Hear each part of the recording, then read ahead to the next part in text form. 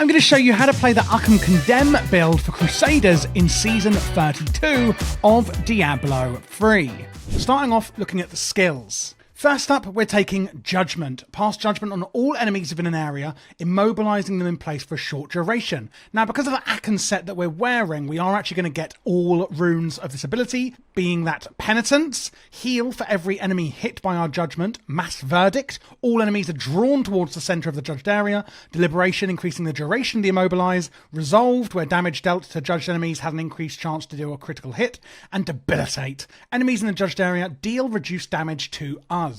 We then have Phalanx. Now, I know what you might be thinking. There's no Condemn actually on our skills. Don't worry, our Phalanx will actually activate Condemn when they are attacking enemies who are in our Judgement. That's because of the gear set we're wearing. So we're going to summon Phalanx, which are going to form a powerful wall before us. Steed Charge, mounting a celestial warhorse, allowing us to ride for enemies unhindered, bind monsters near you with chains and drag them as you ride, dealing holy damage. Amazing. Iron Skin, a very simple defensive that is going to last even longer due to the steel skin rune we're using on it. Laws of Valor, basically giving you and your allies increasing the attack speed and also reducing the Wrath cost of skills for a short duration. Wrath is our main resource that you can see down here. Last is Akkhans Champion. Explode with the fury of your order, increasing your damage and Wrath regeneration. Gain additional armor while this is active, and the first time you take fatal damage, it's going to save you from that killing blow. Let's have a little look at the passive abilities, and then we'll go on to see how the gear synergizes with these skills. So for passives, we've got Heavenly Strength. You can wield a two-handed weapon in your main hand while bearing a shield in your offhand. Damage dealt is reduced, however, by 20%. The cooldown of Steed Charge is reduced by 25%, and Bombardment by 35%. Mainly here, we're going for the Steed Charge part of this. Damage dealt by Phalanx is increased by 20%. Of course, that is the skill we're using up here. Finery, gain 1.5% strength for every gem socketed into your gear. Woohoo for us, with all those gems. And then Long Arm of the Law. Watch out. Increasing the duration of the active effect of all laws by 5 seconds. And that is, of course, going to be for our Law of Valor, the one that's increasing our attack speed and also reducing the Wrath cost of all of our skills and abilities. So, for the gear, gems, and Kunai's Cube, this here is basically what we are going for. Starting with the big exciting bit, of course, what ethereal weapon are we going for? I love the Redeemer. You can see here the main, there's a lot going on, but the main two things I want to point your eyes to is the fact we're doing 50% extra damage to demons and undead. Now, I don't know if you're aware, but this is Diablo 3, so there's a lot of demons out there to kill. Generally, being serious, it's about 50% of all mobs you will find in Greater Rifts will have one of these two archetypes. Therefore, this is insane for the Crusader in Season 32. You can also see at the bottom, condemned enemies also trigger Condemn's explosion, and the damage of that is increased by 800%, and you gain the Holy Cause passive. We are, of course, using the Akkhans set here, as you can see, in the neck, torso, hands, head, and feet. Just to go over what that set that we're using actually does, which underpins this build. 2-set, Judgement has no cooldown and gains the effect of every single rune. 4-set, attacks from your Phalanx avatars reduce the cooldown of Akkhans Champion and also apply Condemn when attacking enemies that are affected by Judgement. Lastly, while Akkhans Champion is active, you're going to deal 1500% increased damage and take 50% less damage. Massive damage and some survivability in there at the same time. We have, of course, got a few other slots that we can put a set piece on. I'm going for Captain Crimson's, where we're going to regenerate some life, reduce the cooldown on all skills, reduce resource costs, and also increase damage by a percentage of our cooldown reduction. And damage taken is reduced by a percentage of our cost reduction. How do we get that? Well, in our Kunai's Cube, we are, of course, putting the Ring of Royal Grandeur. You'll notice we only have 2 out of 3 on here, and we have 5 pieces out of 6, and we still get the 6 set bonus on the Akkhans set. That's because the Ring of Royal Grandeur means you don't need the full set. You can actually get the 6 set bonus with 5, and a 3 set bonus with 2 items. If you're not sure how to get it, by the way, it does drop from Act 1 and Act 5 bounties in the bounty chest. Act 1, I do believe, has a higher chance. I always just farm Act 1 for it. In the armor slot, we're going for the Warhelm of Cassar, reducing the cooldown and increasing the damage of your phalanxes by 60%. And lastly, Friedhel's Wrath on the weapon, where Condemn has no cooldown at all, and its damage is increased by 800%, but does cost 40 Wrath. Apart from that, we've got the unrelenting phalanx on our shield.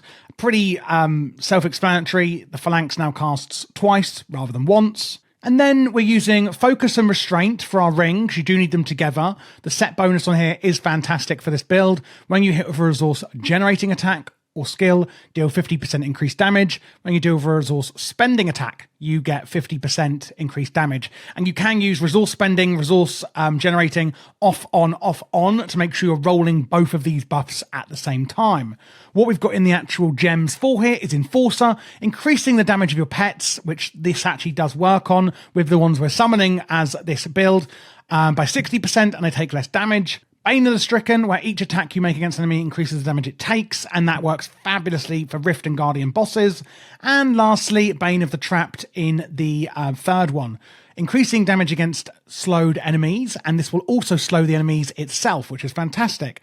Talisman of Akhan on the neck piece there. We can't use squirts because we do need it for the set bonus on our Akkhans set. Unfortunately, it's the only downside I think there is in this build. And for our gems, I'm mainly going for resistances to all elements. You could swap them out for strength, etc. lower on in your journey. I generally start putting in more and more diamonds for resistances as I get into those higher and higher greater rifts as I kind of see fit and need them. So play around with that and just sort of see when you need to put them in yourself. You could get a bit more damage out, or survivability really does depend on you and how you play. Lastly, I always put an emerald in the weapon, no matter what build generally, because we do get a massive increase to critical hit damage.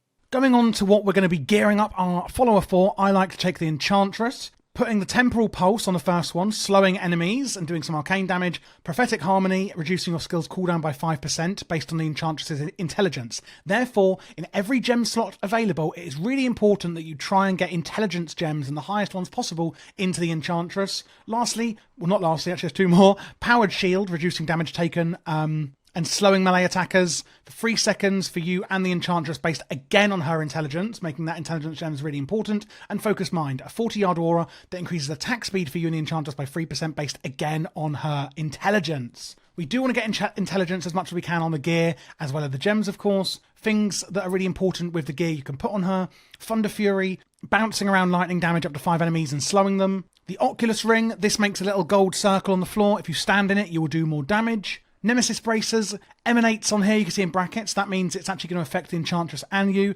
Shrines will spawn an enemy champion. Therefore, killing them in greater rifts and rifts is going to spawn more orbs, and you can farm rifts more quickly. Flavor of Time, again, emanates on there. Pylon effects lasting twice as long. We've got the homing pads on the shoulders so that when you're trying to cast your town portal, you aren't interrupted by any damage from enemies, and you're going to reduce your damage taken, especially on hardcore. When trying to get back to town really quickly in difficult circumstances, this is fantastic. And lastly, another important one is the Gloves of Worship, where shrine effects last for 10 minutes. Oh, and one more thing is the Smoking Furable, which basically means your follower cannot die. If you can get this, it's great, because if your follower does die, it will respawn, don't worry, if you're not aware. However, these abilities will not be usable when they are dead or resuscitating, you know, kind of out of the battlefield, shall we say. I did forget when going through the gear to go through the legendary gems. Oops, shoot me, why don't you? Let's have a look at these now. Enforcer, increasing the damage of your pets, and your pets taking less damage. TLDR, this affects your phalanxes. Fantastic on that one.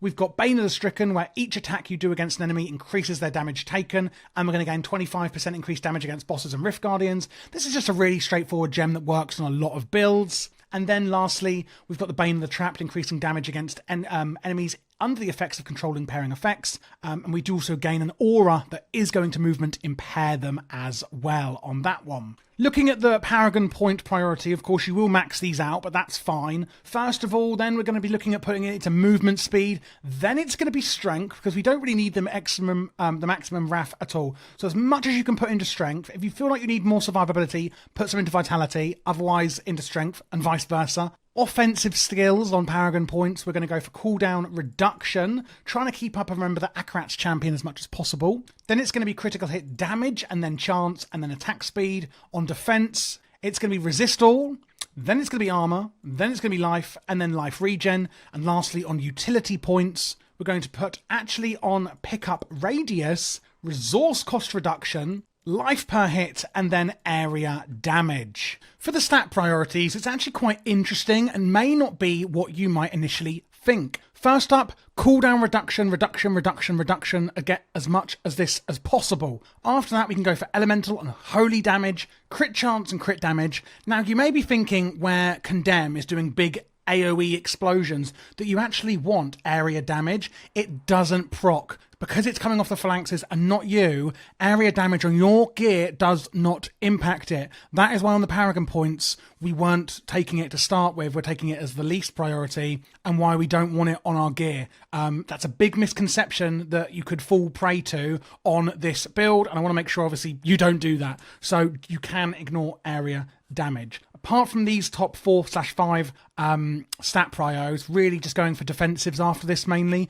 But again, I want to reiterate, cooldown reduction is king here. So how is it actually all going to come together and how are we going to play it? Well, we can of course be using our judgement. We can be using our phalanxes on cooldown, making sure that wherever they're attacking it is within the judgement area. We can also use our laws of valor on cooldown as well for increased attack speed, etc. for you and your allies if you're playing in a group. Again, Akkhans champion, just use it on cooldown, and remember, as much cooldown reduction as possible for this one. And then Steed Charge is pretty much going to be your mobility skill, but do also use it even if you don't need to move because of the buffs we're getting off it on our weapon set of Nerva's Fervor. Apart from that, you've just got your Iron Skin cooldown for damage reduction when you need it. The actual gameplay of it is pretty brain dead, to be honest. You know, you're just using your judgments, your phalanxes, and your pets are doing really most of the damage for you. But needless to say, it is a really fun build.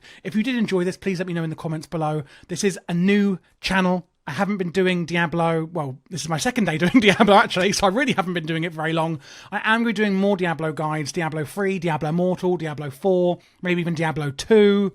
I'd even do Diablo 1 if you wanted. I've still got the CD in my cupboard from a billion years ago. I've always been a really big Diablo fan. I actually have a main World of Warcraft channel, but Diablo and other Blizzard games is something I really, really enjoy, and I wanted to do guides for these as well, making it really digestible and accessible, especially for maybe new players. So do let me know your thoughts. Please do subscribe. It really helps the channel, especially when we're this small and looking to obviously grow. You can also join my Discord if you want any extra help or want a group to play with. I'm always happy to play with other people. I love Diablo so much. And you can also join my Patreon if you'd like to get some more behind the scenes things on upcoming projects and things like that. Or if you just like to support the channel. You can also click here and there is a playlist, of course, for all the current Diablo 3 S-tier builds. And I may even do some other builds if you guys want them as well. Again, if you do want to see a build, just comment down below and I'm happy to make it for you guys.